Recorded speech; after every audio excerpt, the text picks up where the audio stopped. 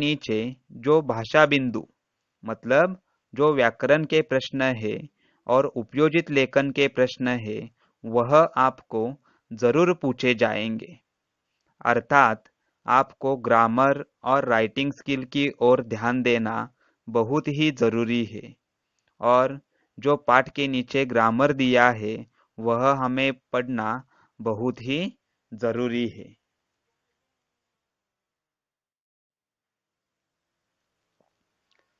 तो ठीक है बच्चों, आज हम हमारे पाठ्य पुस्तक में से पांचवा पाठ मधुबन का अध्ययन करने वाले हैं, जिसके लेखक है अनुराग वर्मा जी। पाठ के लेखक कौन है? अनुराग वर्मा जी।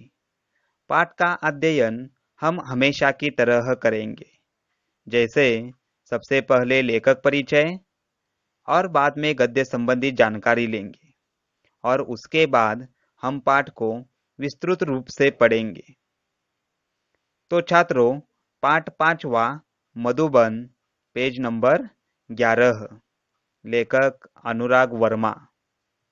बच्चों, सबसे पहले हम लेखक परिचय देखते हैं। अनुराग वर्मा जी ने हिंदी में विपुल लेखन किया है। विपुल का मतलब है बहुत सारा। आपकी भाषा धारा प्रवाह सरल एवं आशय संपन्न होती है। आप हिंदी के जाने माने मतलब प्रसिद्ध लेखक हैं। अनुराग वर्मा जी हिंदी के जाने माने मतलब प्रसिद्ध लेखक हैं। अथवा लेखक अनुराग वर्मा जी के बारे में और अधिक जानकारी देखी जाए तो अनुराग वर्मा आधुनिक हिंदी साहित्य के प्रमुख हस्ताक्षर है। इनकी रचनाएं विभिन्न पत्र पत्रिकाओं में प्रकाशित होती रहती है। इनके साहित्य में विशेष रुचि है। इनके द्वारा लिखे गए लेखों का वाचन करते समय पाठक आनंद का अनुभव करते हैं। बच्चों, अब आगे देखते हैं गद्य संबंधी जानकारी। गद्य संबंधी जानकारी। प्रस्तुत पाठ में श्री अनुराग वर्मा जी ने प्रसिद्ध लेखक डॉक्टर रामकुमार वर्मा जी का साक्षात्कार लिया है। अब छात्रों, साक्षात्कार का अर्थ है इंटरव्यू। जैसे आपको मालूम होगा कि साक्षात्कार दो या दो से अधिक व्यक्तियों के बीच में बातचीत एवं विचारों का आदान प्रदान साक्षात्कार कहलाता है। साक्षात्कार का अर्थ क्या है कि दो या दो से अधिक व्यक्तियों के बीच में जो बातचीत एवं विचारों का आदान प्रदान होता है उसे ही साक्षात्कार कहा जाता है। इसमें एक व्यक्ति दूसरे व्यक्ति से प्रश्न पूछता है और दूसरा व्यक्ति प्रश्नों के उत्तर देता रहता है। जैसे आप यहाँ पर देख सकते हैं कि एक और लेखक बैठे हैं और दूसरी ओर डॉक्टर रामकुमार वर्मा जी है। यह चित्र आपके सामने इसलिए रखा है कि इसमें लेखक का नाम और रामकुमार वर्मा जी का नाम दोनों का सरनेम वर्मा ही है। यहाँ डॉक्टर वर्मा एक प्रसिद्ध लेखक है और अनुराग वर्मा यह हमारे इस पाठ के लेखक है। यहाँ पर अनुराग वर्मा जी ने डॉक्टर रामकुमार वर्मा जी का साक्षात्कार लिया है। अब यह साक्षात्कार या इंटरव्यू, यह मुलाकात उन्होंने क्यों ली है? क्योंकि वे प्रसिद्ध लेखक हैं। बहुत काफी ज्ञान उनके अंदर है और कोई ऐसे ही व्यक्ति बड़ा नहीं होता है। जिनके अंदर बहुत साता है वही व्यक्ति आगे जाकर बड़ा होता है और ऐसे प्रसिद्ध व्यक्तियों की मुलाकात ली जाती है अथवा उनका जो साक्षात्कार है वह साक्षात्कार लिया जाता है। ठीक उसी प्रकार से डॉक्टर रामकुमार वर्मा जी का साक्षात्कार पाठ के लेखक अनुराग वर्मा जी ने उनके घर पर मतलब मधुबन में जाकर लिया है। पाठ को दिया हुआ नाम मधुबन है, यह डॉक्टर राम कुमार वर्मा जी के घर का नाम है और वहाँ पर यह साक्षात्कार लिया गया है। यानी कि पाठ को जो शीर्षक दिया है मधुबन, यह क्यों दिया है? क्योंकि डॉक्टर राम कुमार वर्मा जी के घर का नाम है मधुबन और उस मधुबन में जाकर लेखक अनुराग वर्मा जी ने डॉक्टर साहब का इंटरव्यू लिया है, उनका साक्षात्कार लिया है, इसलिए इस पाठ को मधुबन यह नाम दिया गया है।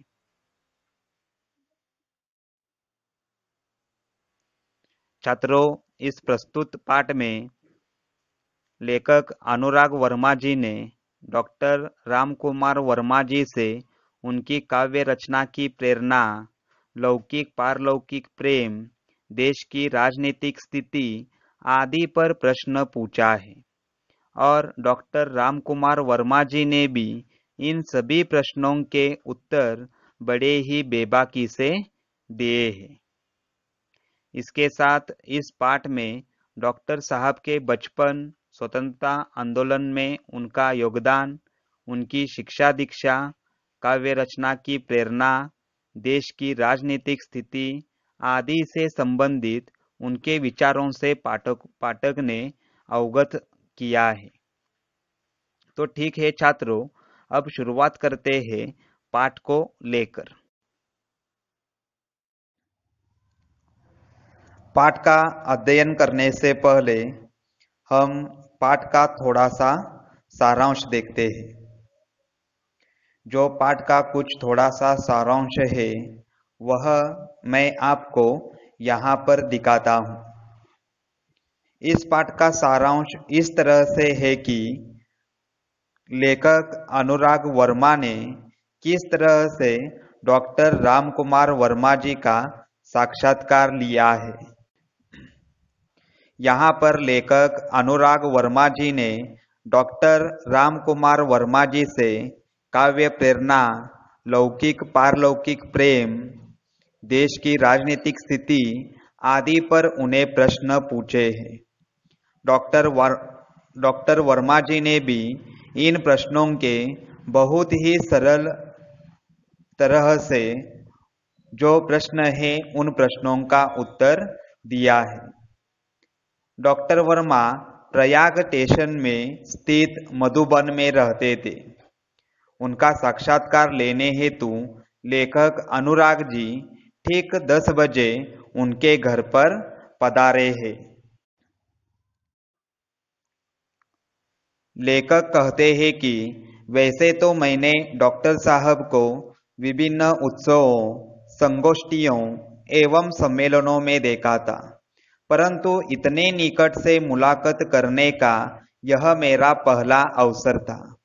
मेरे दिमाग में विभिन्न विचारों का ज्वार उठ रहा था। कैसे होंगे डॉक्टर साहब, कैसा होगा उनका व्यवहार आदि विचार मन में आ रहे थे। काफी साहस करके दरवाजे पर लगी घंटी बजाई। नौकर निकला और पूछ बैठा, क्या आप अनुराग जी हैं? मैंने सिर्फ हाँ कहा। उसने मुझे ड्राइंग रूम में बिठाया और यह कहते हुए चला गया कि डॉक्टर साहब थोड़ी ही देर में आएंगे। इतने में डॉक्टर साहब आ गए। अनुराग जी, कैसे आना हुआ? आते ही उन्होंने प्रश्न पूछा। मैंने कहा, डॉक्टर साहब, कुछ प्रसंग आपके जीवन से संबंधित है, उनसे आपको जो प्रेरणाएं मिली है उन्हीं की जानकारी हेतु आया हूँ। डॉक्टर साहब ने बड़ी सरलता से कहा और मैंने उन्हें पहला प्रश्न उनके सामने जाहिर किया।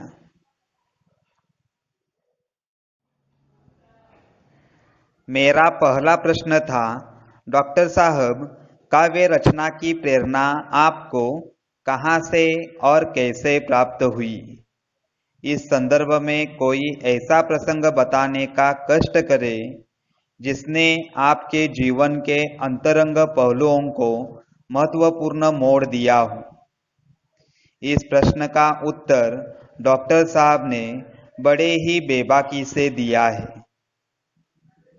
उसके बाद उन्हें दूसरा प्रश्न किया कि आप मध्य प्रदेश से उत्तर प्रदेश कैसे आए।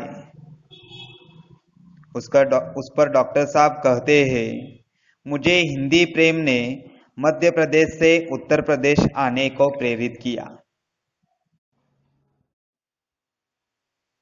आगे तीसरा प्रश्न डॉक्टर साहब जी को पूछा कि डॉक्टर साहब, प्राय ऐसा देखा गया है कि कवियों एवं लेखकों के जीवन में उनका लौकिक प्रेम पारलौकिक प्रेम में बदल गया।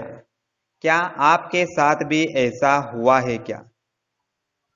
इसका भी उत्तर बड़ी महत्वपूर्णता से उन्होंने बताया कि प्रेम एक प्राकृतिक प्रवृत्ति है।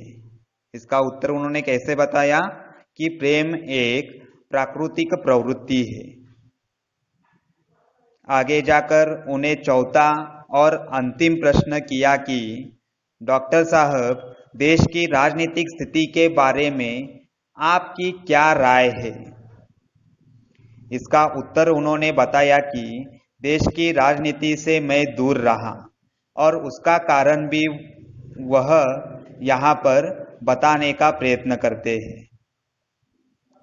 इतना कहते हुए डॉक्टर साहब ने घड़ी देखी और बोले, अनुराग जी, मुझे 11:30 बजे एक कार्य से जाना है। तत्पश्चात उन्होंने मुझे एक कुशल अभिभावक की भांति आशीर्वाद देते हुए विदा किया। इस तरह से अनुराग वर्मा जी और डॉक्टर रामकुमार वर्मा जी का साक्षात्कार हमें दिखाई देता है और वह आपको सारांश के रूप में बताया है। बच्चों, मैंने मधुबन इस पाठ का थोड़ा सा सारांश आपको यहाँ पर बताया है। आप इस पाठ को ठीक तरह से पढ़ लीजिए।